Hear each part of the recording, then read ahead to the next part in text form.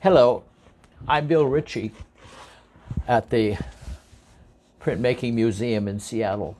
I've been asked to do a review of a postgraduate student work in Bangladesh. That's the challenge I'm happy to take because, in a sense, I'm a postgraduate student too. But let's get on with the review. She sent me a PDF file, which I picked up on my smartphone, which I then had to translate into a PDF file for my desktop so I could look at it on a bigger screen and make this video because that was her request.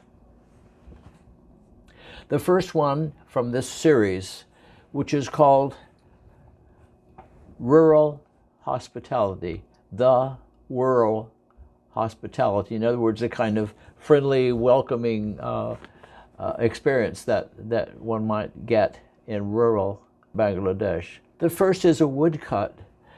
It measures 24 by 24. That's huge, the size of one of my prints up there on the wall. And at first, when I first saw this about 5 days ago, I thought, why printmaking? It looks like a painting. Well, here we come upon one of the newest wrinkles in art education, I guess you could say, is that how things are converted in international communications from a real woodcut, so this big, into a digital image this big. And what are we to make of it? In a world where visual communication has become virtually totally digital, we may be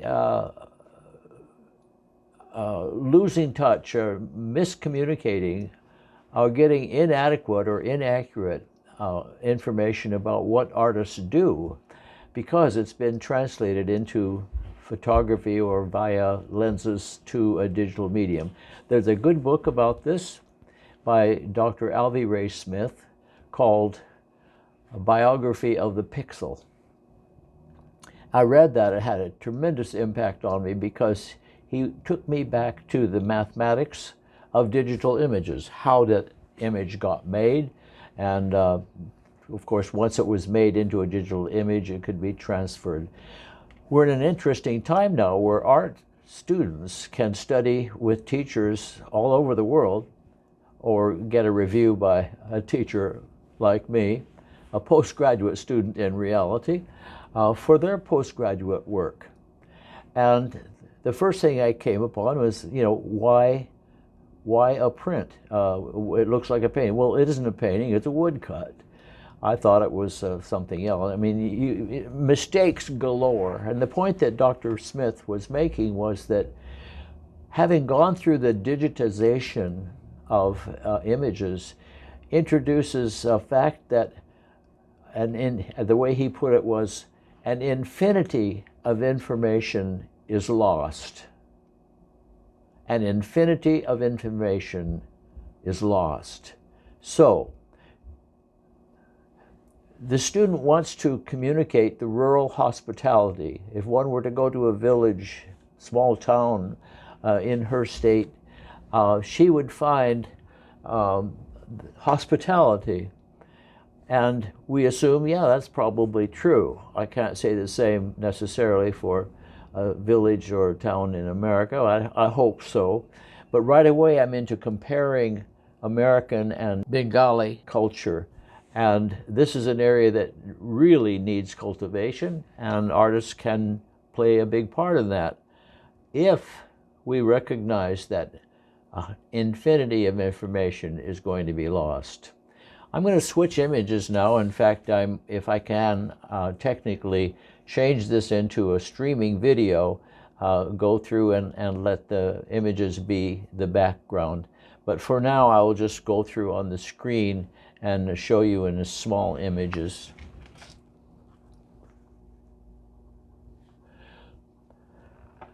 This is called preparation.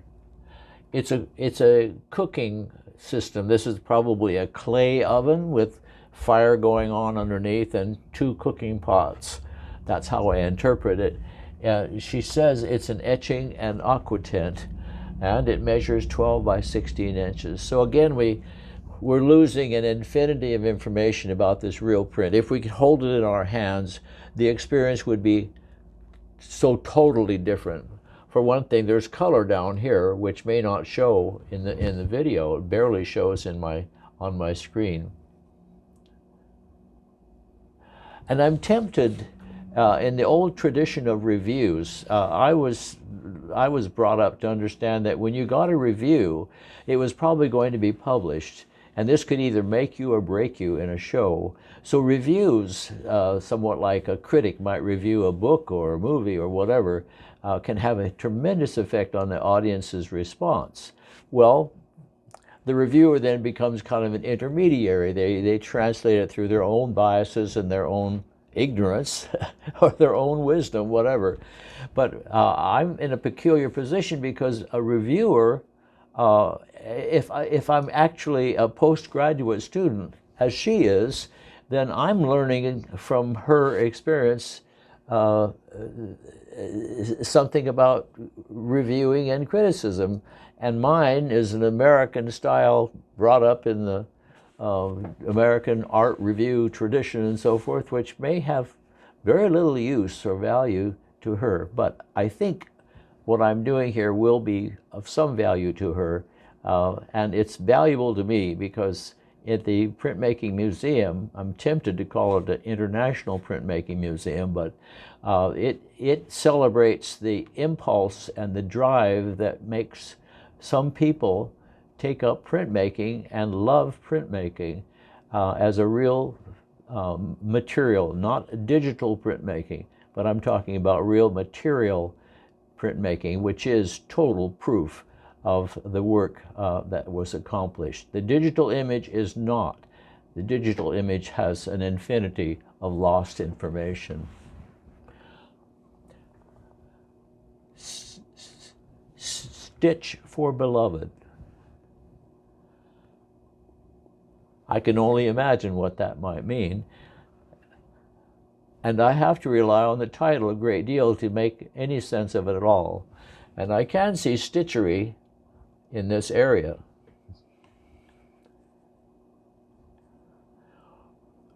Wall of root, wall of root.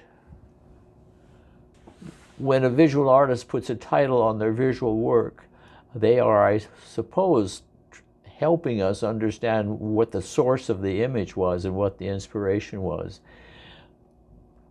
This calls for backstory.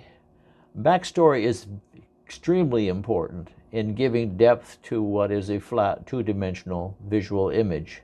So I'm dependent greatly on the title to try to understand, and I want to understand. I don't know why. I'm giving more time to it than you would if it were in a museum that were hanging on the wall. They say it's about 2 to 3 seconds people give to artworks on walls in a museum.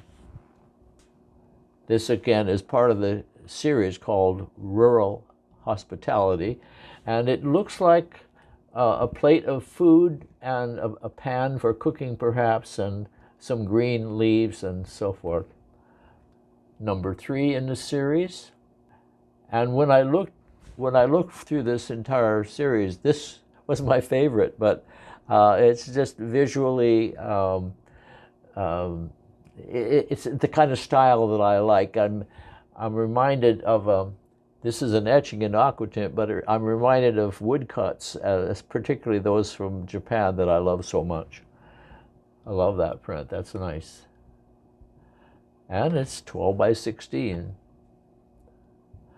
This is the last one. It's called Rest.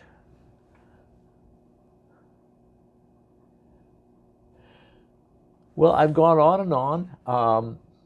She asked me for a video review, and I was quite struck by that. And I thought, that's a neat idea. Get a video review, exchange ideas.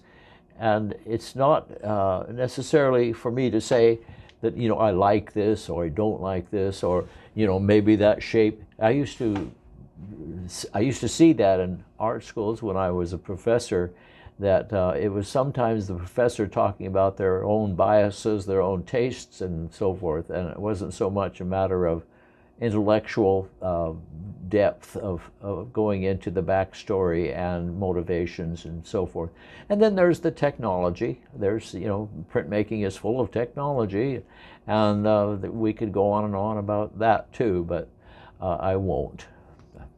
I'm running out of ideas, and I appreciate the opportunity to do this. I've never done it before, and it's quite a precedent for me and might become part of what we do at the Printmaking Museum as time goes along.